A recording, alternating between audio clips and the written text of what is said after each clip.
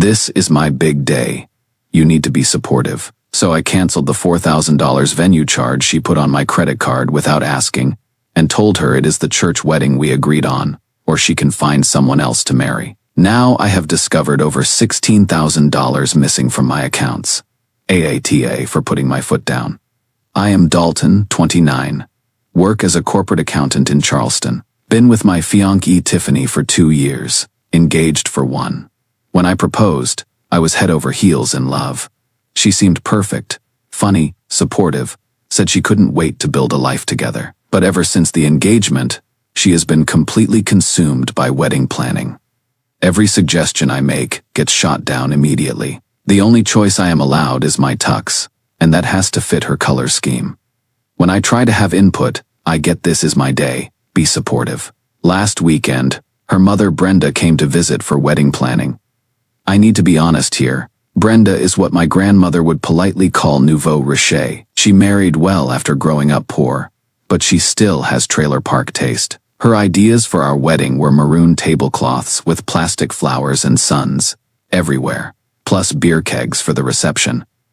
I am thinking this looks like a funeral for a carnival worker. Tiffany loved every single tacky suggestion. When I gently objected, both of them ganged up on me about being unsupportive and controlling. Here is the big issue. We had agreed on getting married at my family's church. We have attended there for generations. My parents were married there. My grandparents contributed significantly to the building fund. It is cheaper than other venues and includes the reception hall. It means something to my family. Without saying anything to me, Tiffany and Brenda used my credit card to book some riverside venue instead. When I found out, I was furious. This venue is right next to a stinking river. There are flies everywhere, and random people walk through during ceremonies. Plus, it is $4,000 more than the church. I spent 3 hours on the phone with the credit card company canceling that charge. Then I told Tiffany, it is the church wedding we agreed on, or you can find someone else to marry. She bawled to her mother, who called me controlling and said I was ruining her daughter's special day. They are both acting like I am the monster here. Reddit. IT. For canceling a venue she booked with my money without my permission. Edit. A lot of you are saying to check my finances thoroughly. That is, actually really good advice. I gave Tiffany access to my savings account last year after her car broke down, and she needed emergency funds. The same account where we are funding wedding expenses. We agreed on a $15,000 maximum budget. Edit 2. Holy shit. Just spent the last hour going through my account with my best friend Wade. He works in finance.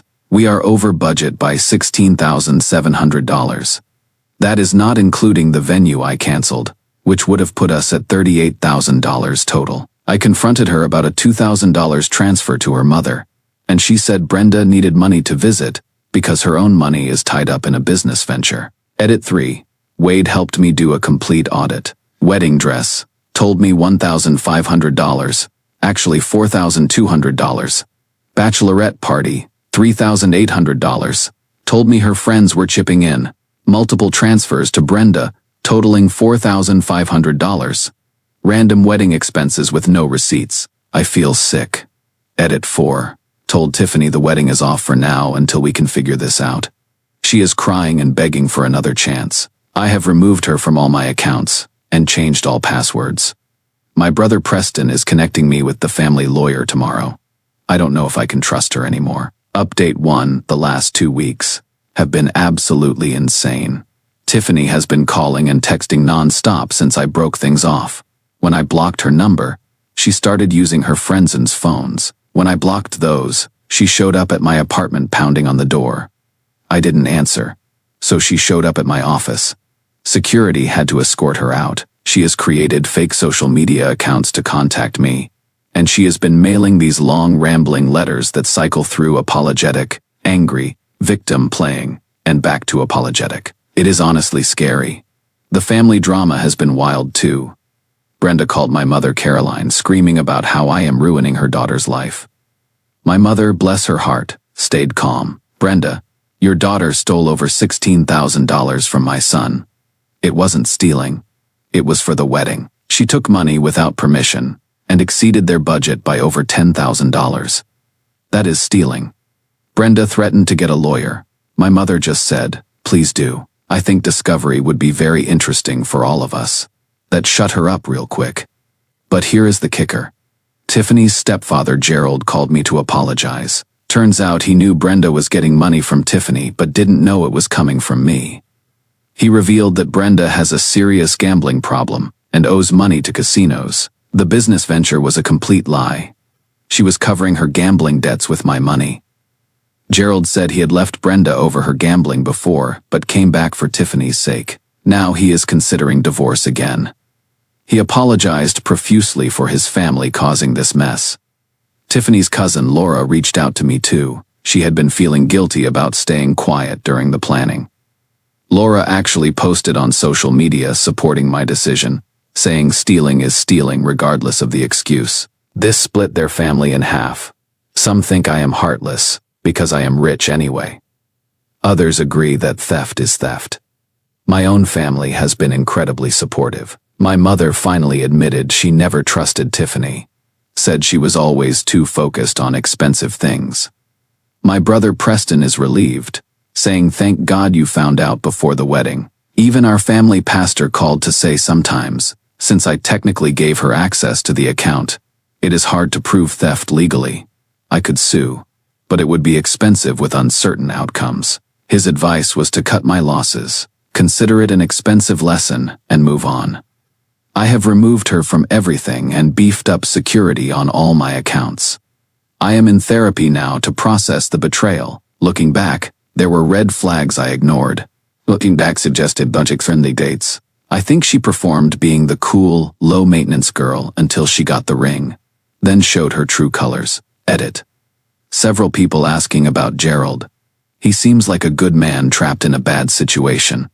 I actually feel sorry for him. Living with someone who gambles away money while manipulating family members to cover the debts cannot be easy. Edit 2. Laura messaged me that Brenda is furious about the family taking sides and is blaming me for tearing the family apart. The lack of self-awareness is stunning. Update 2. It has been 6 months since everything went down.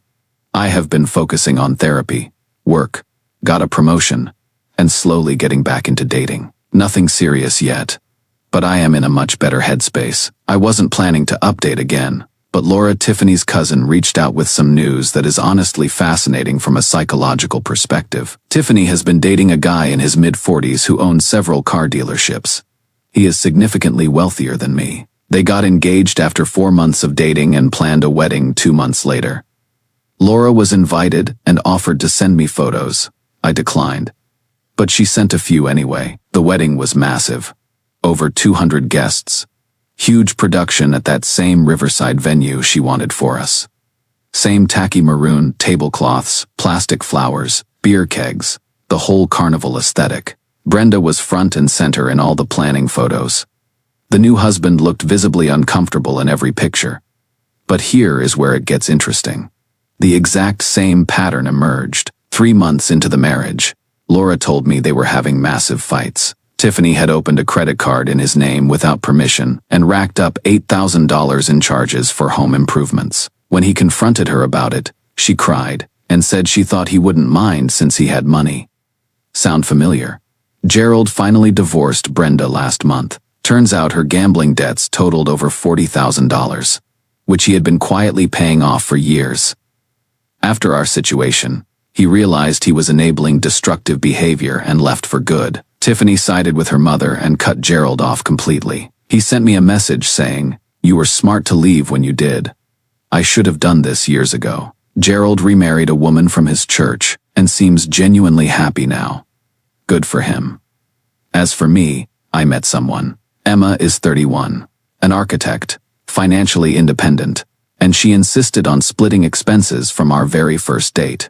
She has her own savings, retirement accounts, and we discuss finances openly. When the topic of hypothetical weddings came up, she said, "We had set a budget together and stick to it. It is our day, not just mine." She even suggested a courthouse wedding with a nice honeymoon instead of an expensive party. "My family adores her," Preston says. "She is an actual adult, which is refreshing." The contrast with Tiffany couldn't be more stark. With Emma, Everything feels like a partnership. I am not rushing anything, but this feels different in the best possible way. Edit. Someone asked about Tiffany's new husband. Laura says he is a decent guy who had no idea what he was getting into. She warned him about the pattern, but apparently love is blind. I hope he figures it out before it gets worse. Edit 3.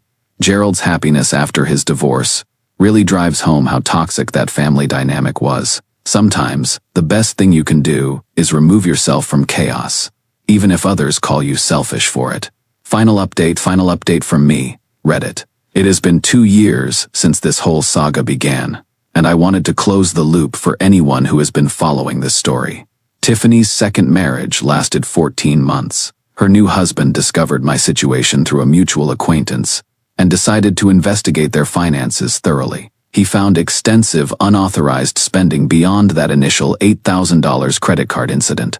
Filed for divorce immediately. Fortunately for him, he had insisted on a prenup after learning about what happened between Tiffany and me. She walked away with nothing. She tried contacting me one final time through a new number. The message was actually a genuine apology. She admitted she took advantage of my trust and hoped I was happy. I responded that I appreciated the apology, hoped she would get help, and that I had moved on. Then I blocked the number. That felt like real closure. I am engaged to Emma now. We took our time. No rushing this time around. The proposal was simple and meaningful, and we discussed finances thoroughly before I even bought a ring. We are planning a modest church wedding. Pastor Hart is thrilled, with a budget we set together and are both contributing to. Emma has involved my family from the beginning, and they adore her. My mother said recently, "This is what a real partnership looks like." Preston jokes, "Don't screw this one up," but he is genuinely happy for us. Career-wise, that promotion led to an even better position. My financial habits are stronger than ever, and I have learned important lessons about boundaries. Emma has her own money and doesn't want access to mine anyway, which tells you everything about the difference in character. Gerald is thriving in his new marriage. His new wife is stable, kind, and drama-free. He and I exchange friendly messages occasionally, and he is grateful that my story helped him finally leave that toxic situation. Laura maintained a loose friendship with me but was completely cut off by Tiffany and Brenda. She has no regrets, saying she picked the right side. As for Brenda, losing Gerald's financial support while her gambling debts mounted again has left both her and Tiffany struggling. They are essentially dependent on each other now, which is its own form of karma. Looking back, that $16,000 loss was the cheapest education I ever received. A divorce would have cost me 6 figures plus half my assets. Instead, I learned valuable lessons about character, boundaries, and what real partnership looks like. To anyone in a similar situation, if someone cannot respect your money while you are dating, they will not respect it when you are married. Wedding planning reveals true character. Believe what you see. It is the bride's day is manipulation when the groom has zero input. Trust your gut about fundamental differences in values. The right person exists. Don't settle for convenient when you could have compatible. Pastor Hart will be performing Emma's and my wedding in our family church next month. 50 guests, tasteful decorations, budget respected. Emma will walk down that aisle as my partner, not as a princess demanding tribute. This is what I wanted all along. Not a performance, just a partnership. Edit. Thank you to everyone who supported me through this journey. That original post probably saved me from the biggest financial mistake of my life. Edit 2. Emma and I are splitting the cost of our honeymoon, she insisted. That is when I knew I had chosen right this time. Real love doesn't feel like financial exploitation disguised as romance. Edit 3. Final thought. I harbor no ill will toward Tiffany. I hope she finds peace and learns healthier patterns, but I am grateful every day that I discovered her true character before we were legally bound. Sometimes, the universe protects you in ways you don't realize until much later.